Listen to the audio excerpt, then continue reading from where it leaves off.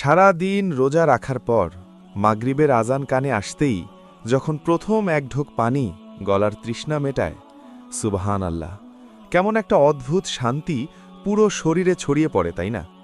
মনে হয় যেন পৃথিবীর সব সুখ এই এক গ্লাস পানির ভেতরেই লুকিয়ে আছে। কিন্তু আমার প্রিয় ভাই ও বোনেরা, আপনারা কি কখনো একটু শান্ত হয়ে চোখ দুটো বন্ধ করে ভেবেছেন, এই যে আজ আমরা এত সুন্দর করে সেহরি খাচ্ছি, ইফতার করছি, তারাবি পড়ছি, এই পবিত্র রমজান মাসের শুরুটা আসলে কোথায় হয়েছিল? কোন সে রাত, যে রাতে আসমান থেকে প্রথম ঘোষণা এসেছিল, হে ঈমানদারগণ, তোমাদের ওপর রোজা ফরজ করা হলো? এই ইতিহাস কোনো সাধারণ ইতিহাস নয়। এর পরতে পরতে জড়িয়ে আছে আমাদের প্রিয় নবীজির চোখের পানি, সাহাবীদের রক্ত ঘাম করা কষ্ট আর এক অবিশ্বাস্য ত্যাগের গল্প। আজ আমরা এমনই এক দীর্ঘ ঐতিহাসিক সফরে বের হব।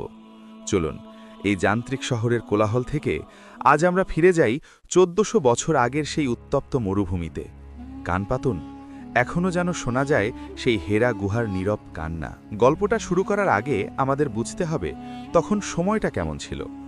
আজ থেকে ১৪৫০ বছর আগের কথা।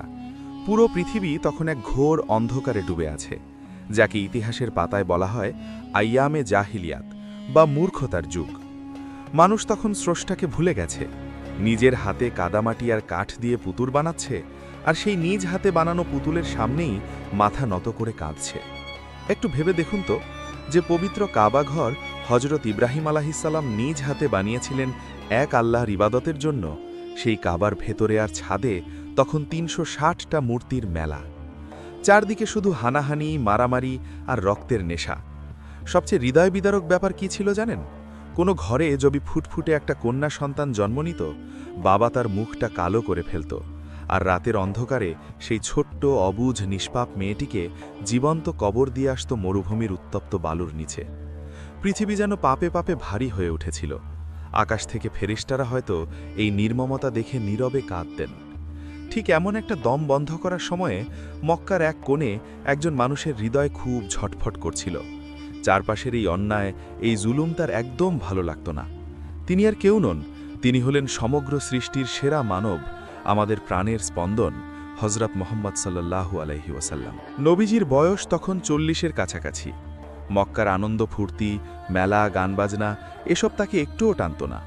তার মনের ভেতরে সারাক্ষণ একটা হাহাকার, কোথা থেকে এলাম আমরা? কে বানিয়েছে এই বিশাল আকাশ, এই সূর্য, এই পাহাড়? কেন মানুষ এত জালিম হয়ে গেল? মনের এই অস্থিরতা কাটাতে নবীজি সাল্লাল্লাহু আলাইহি ওয়াসাল্লাম মক্কার লোকালয় ছেড়ে দূরে চলে যেতে শুরু করলেন। মক্কা শহর থেকে বেশ দূরে অনেক উঁচুতে একটা পাহাড়, নাম জাবালে নূর, আলোর পাহাড়। সেই পাহাড়ের চূড়ায় ছোট্ট একটা গুহা, হেরা গুহা। একটু কল্পনা করুন তো ভাই বোনেরা, দিনের বেলা মরুভূমির সূর্য যেন আগুন ঢালে, আর রাতে হাড় কাঁপানো শীত। সেই ভয়ঙ্কর নির্জন গুহায় তিনি দিনের পর দিন, রাতের পর রাত একা কাটিয়ে দিতেন। সাথে নিতেন সামান্য একটু ছাতু আর পানি। বাইরের পৃথিবী থেকে নিজেকে একদম গুটিয়ে ফেলেছিলেন। সুবহান আল্লাহ, একবার খেয়াল করে দেখুন তো, এই যে দিনের পর দিন খাবার থেকে দূরে থাকা, পানীয় থেকে দূরে থাকা, আর একা একা স্রষ্টার ধ্যানে মগ্ন হওয়া, এটাই কিন্তু ছিল সিয়াম সাধনা বা রোজার প্রথম নীরব প্রস্তুতি। আল্লাহ রাব্বুল আলামিন তার প্রিয় হাবিবকে এভাবেই তিলে তিলে প্রস্তুত করছিলেন ভবিষ্যতের এক বিশাল দায়িত্বের জন্য। এভাবেই কেটে গেল বেশ কয়েক বছর। সময়টা পবিত্র রমজান মাস। হ্যাঁ, রমজান মাস। তখনও কিন্তু মুসলমানদের ওপর রোজা ফরজ হয়নি, কিন্তু সৃষ্টির শুরু থেকেই এই মাসটা ছিল বড় পবিত্র, বড় বরকতময়। রমজানের শেষ দশকের কোনো এক বিজোড় রাত, চারদিক একদম পিন পতন নীরব, শুধু পাহাড়ের গায়ে বাতাসের শোঁ শোঁ শব্দ। নবীজি গভীর ধ্যানে মগ্ন। হঠাৎ পুরো গুহাটা এক অপার্থিব অদ্ভুত আলয়ে ঝলমল করে উঠল। কোনো সাধারণ মানুষ নয়, স্বয়ং আল্লাহর নির্দেশে আসমান চিরে নেমে এলেন ওহী বা আসমানি বাণী বহনকারী প্রধান ফেরেশতা হযরত জিবরাইল আলাইহিস সালাম। তিনি এসে এই নবীজিকে খুব শক্ত করে জড়িয়ে ধরলেন। সে এক অভাবনীয় দৃশ্য, আসমানের ফেরেশতার সাথে জমিনের শ্রেষ্ঠ মানুষের মিলন। জিবরাইল আলাইহিস সালাম খুব ভারী আর গম্ভীর কণ্ঠে বললেন, ইকরা, পড়ুন। নবীজি ভয়ে আর বিস্ময়ে কাঁপছেন। তিনি তো কোনোদিন স্কুলে যাননি, অক্ষরজ্ঞান তার ছিল না। তিনি কাঁপা কাঁপা কণ্ঠে বললেন, আমি তো পড়তে জানি না। জিবরাইল আলাইহিস সালাম আবারও তাকে সজোরে বুকে চেপে ধরলেন। এমনভাবে ধরলেন যেন তার বুকের সব ঐশী জ্ঞান নবীজির পবিত্র সিনায় স্থানান্তরিত হয়ে যাচ্ছে। আবারও বললেন, ইকরা। নবীজি আবারও একই উত্তর দিলেন। তৃতীয়বার জিব্রাইল আলাইহিসসালাম তাকে জড়িয়ে ধরে ছেড়ে দিলেন। এরপর পাঠ করলেন পবিত্র কোরআনের সেই প্রথম 5টি আয়াত। ইকরা বিসমি রব্বিকাল্লাযী খালাক। পড়ুন আপনার রবের নামে, যিনি সৃষ্টি করেছেন। সৃষ্টি করেছেন মানুষকে জমাট রক্ত থেকে। আল্লাহু আকবার। এই সেই রাত, লাইলাতুল কদর, আর এই সেই পবিত্র মাস, রমজান, যে মাসে নাজিল হলো আমাদের পবিত্র কোরআন, আর অন্ধকার পৃথিবীর বুকে চিরকালের জন্য জ্বলে উঠল হেদায়েতের আলো। প্রথমবার আসমানি বাণী পাওয়ার এই যে ওজন, এই যে বিশাল ধাক্কা, এটা কি কোনো সাধারণ মানুষের পক্ষে সামলানো সম্ভব? নবীজি ভয়ে এবং প্রবল জ্বরে থরথর করে কাঁপতে কাঁপতে হেরা পাহাড় থেকে নিচে নেমে এলেন। তার বুকের ভেতর তখন হৃৎপিণ্ডটা যেন পাগলের মতো ধুকপুক করছে। তিনি দ্রুত ছুটে গেলেন তার সবচেয়ে কাছের মানুষ, বিপদের সঙ্গী, প্রিয়তমা স্ত্রী হযরত খাদিজা রাদিয়াল্লাহু আনহার কাছে। ঘরে ঢুকেই তিনি বাচ্চাদের মতো বলে উঠলেন, জাম্মিলুনি জাম্মিলুনি, খাদিজা, আমাকে চাদর দিয়ে ঢেকে দাও, আমাকে জড়িয়ে ধরো। খাদিজা রাদিয়াল্লাহু আনহা পরম মমতায় তাকে চাদর দিয়ে জড়িয়ে দিলেন। নবীজির শরীর তখনও কাঁপছে।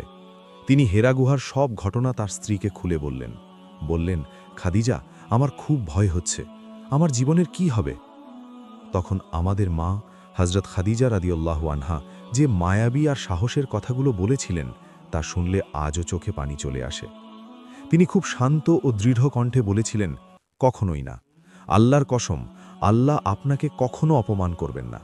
আপনি তো মানুষের বিপদে পাশে দাঁড়ান, ইয়েতিমদের সাহায্য করেন, আত্মীয়দের খোঁজ নেন, আল্লাহ আপনার সাথেই আছেন। এভাবেই শুরু হলো এক নতুন অধ্যায়। পৃথিবীতে নেমে এলো ঐশী আলো।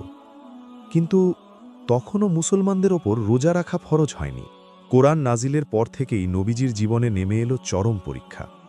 মক্কার যে মানুষেরা একসময় তাকে আল আমিন বা সবচেয়ে বিশ্বাসী বলে ডাকত, শুধু লা ইলাহা ইল্লাল্লাহ বলার কারণে তারাই হয়ে গেল তার সবচেয়ে বড় শত্রু।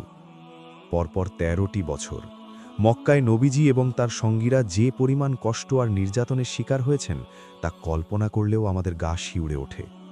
জ্বলন্ত কয়লার ওপর শুয়ে রাখা, পাথর চাপা দেওয়া, সামাজিকভাবে বয়কট করা, কি করেনি তারা? এই 13 বছরে মুসলমানদের কিন্তু 1 মাস রোজা রাখার কোনো নির্দেশ দেওয়া হয়নি। তারা শুধু নিজেদের মন থেকে কিছু নফল রোজা রাখতেন। কারণ আমার আল্লাহ বড় মেহেরবান। তিনি চাচ্ছিলেন তার বান্দারা আগে ঈমানে মজবুত হোক।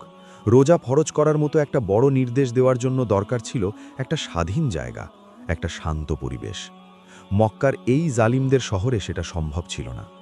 আর তাই মক্কার এই অমানবিক অত্যাচার পেছনে ফেলে রাতের অন্ধকারে চোখের পানি ফেলতে ফেলতে মুসলমানদের এবার পাড়ি জমাতে হবে এক নতুন ঠিকানায়। এমন এক শহর যার মানুষগুলো 2 হাত বাড়িয়ে তাদের বুকে টেনে নেওয়ার জন্য অপেক্ষা করছিল। সেই পবিত্র শহরের নাম মদিনা মুনওয়ারা। নিজের জন্মভূমি ছেড়ে চলে যাওয়ার কষ্ট যে কতটা তীব্র, তা কি আপনি কখনো অনুভব করেছেন? যে মাটিতে আপনার জন্ম, যেখানকার ধুলোবালিতে আপনার শৈশব কেটেছে, সেই চেনা পথঘাটগুলো যখন চিরদিনের মতো পেছনে ফেলে যেতে হয়, বুকের ভেতরটা যেন কেমন দুমড়ে মুছড়ে ওঠে। ঠিক এমন এক পাহাড়সম কষ্ট বুকে নিয়ে রাতের অন্ধকারে মক্কা ছাড়ছিলেন আমাদের প্রিয় নবী সাল্লাল্লাহু আলাইহি ওয়াসাল্লাম এবং তার সাথীরা। মক্কার কাফেরদের অত্যাচার তখন এমন পর্যায়ে পৌঁছেছে যে সেখানে টিকে থাকার আর কোনো উপায় ছিল না। তাই আল্লাহর নির্দেশে শুরু হলো সেই ঐতিহাসিক যাত্রা, হিজরত। মক্কার সীমানা পার হওয়ার সময় নবীজি একবার পেছন ফিরে তাকালেন। পবিত্র কাবার দিকে তাকিয়ে তার 2 চোখ বেয়ে অঝরে পানি পড়ছিল। তিনি দুকরে কেঁদে উঠে বলেছিলেন, হে মক্কা, তুমি আমার কাছে পৃথিবীর সবচেয়ে প্রিয় জায়গা। তোমার মানুষেরা যদি আমাকে তাড়িয়ে না দিত, আমি কসমিন কালেও তোমাকে ছেড়ে যেতাম না। আমার প্রিয় ভাই ও বোনেরা, একটু ভেবে দেখুন তো, এই অশ্রু ভেজা বিদায়ের মধ্য দিয়েই মূলত রোপিত হচ্ছিল এক নতুন ভোরের বীজ। এমন এক ভোর যেখানে মুসলমানরা স্বাধীনভাবে তাদের রবের ইবাদত করতে পারবে, যেখানে তাদের ওপর নাজিল হবে সেই সিয়াম সাধনা বা 1 মাস রোজার সেই ঐতিহাসিক বিধান। মরুভূমির সেই দীর্ঘ ভয়ঙ্কর পথ পাড়ি দিয়ে নবীজি যখন মদিনার কাছাকাছি পৌঁছালেন, তখন চারপাশের বাতাস যেন হঠাৎ করেই বদলে গেল। মক্কার সেই গুমোট দমবন্ধ করা পরিবেশ আর নেই। মদিনার বাতাস অনেক স্নিগ্ধ, অনেক শীতল। মদিনার মানুষ, যাদেরকে আমরা ভালোবেসে আনসার বা সাহায্যকারী বলি, তারা নবীজিকে বরণ করে নেয়ার জন্য অধীর আগ্রহে রাস্তায় দাঁড়িয়েছিলেন।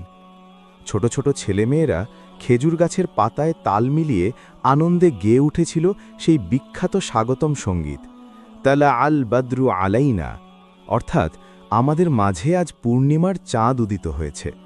সুবহানাল্লাহ! ভাবুন তো দৃশ্যটা, যে মানুষগুলোকে মক্কায় দিনের